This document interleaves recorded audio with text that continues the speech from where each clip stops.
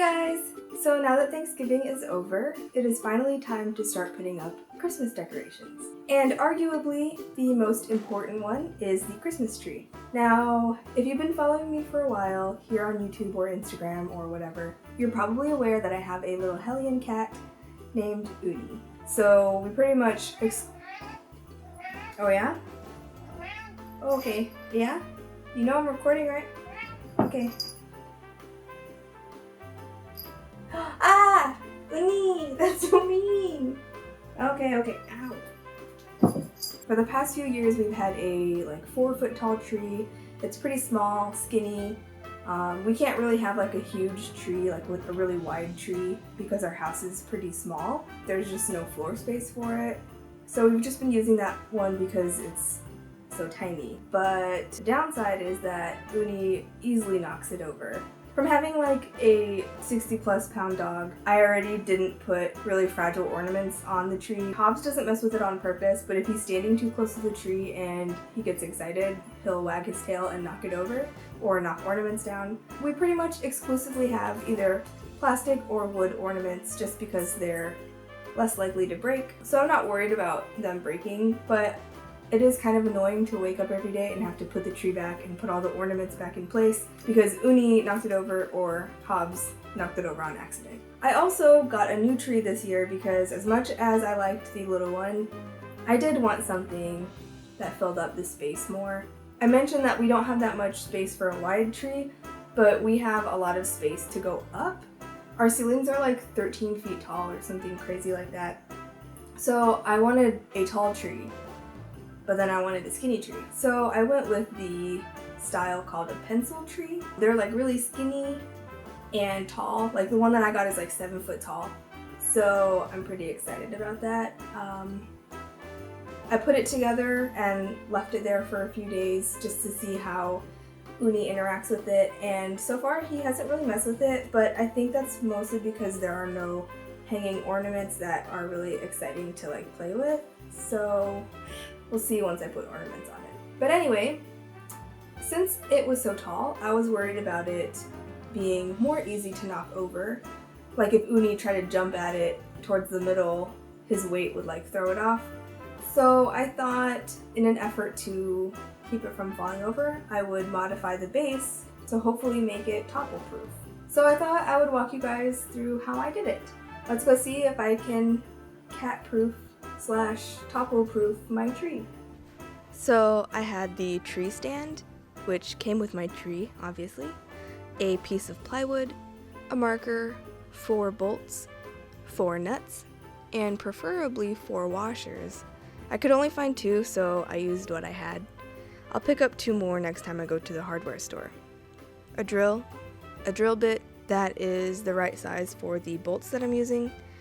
Also, my tree stand is metal, which is probably the same for a lot of people, so I had to make sure that the bit was able to be used on metal. And a file.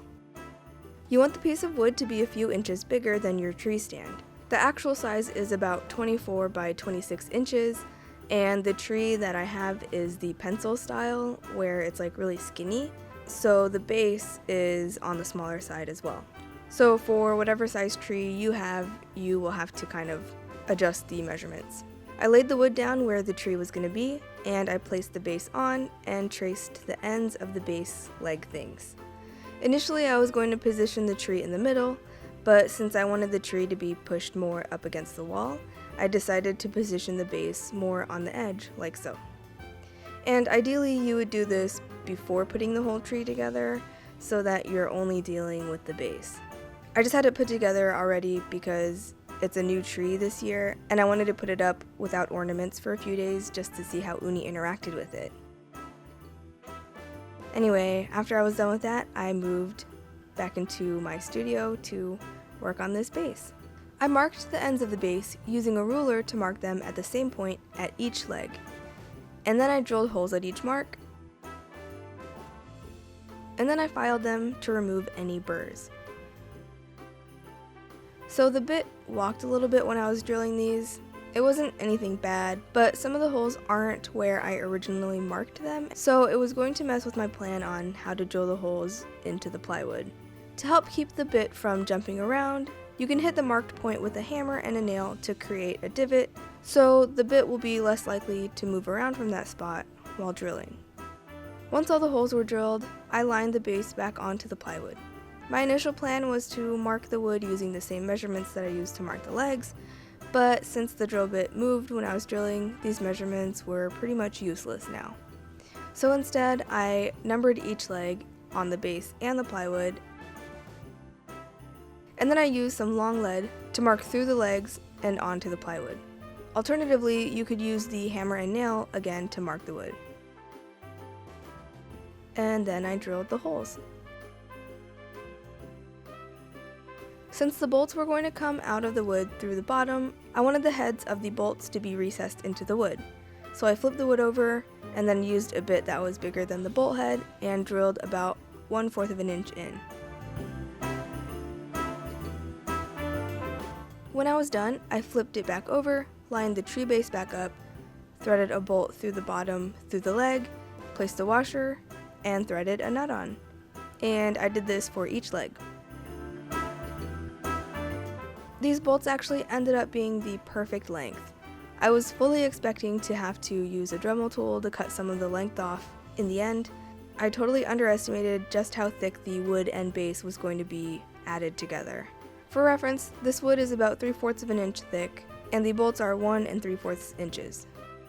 I took the base back to where the tree was going to reside, and then I put the rest of the tree back into it.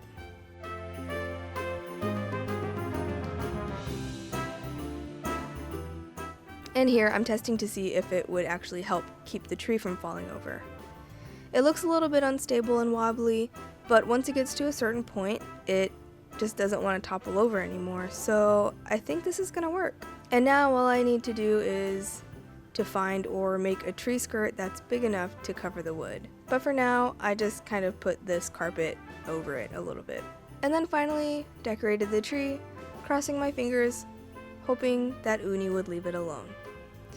And, well, I mean, I knew he was gonna mess with the tree. That's the whole reason I modified the base. But as of right now, all he's managed to do is knock a few ornaments down, and that's way better than what he managed to do last year.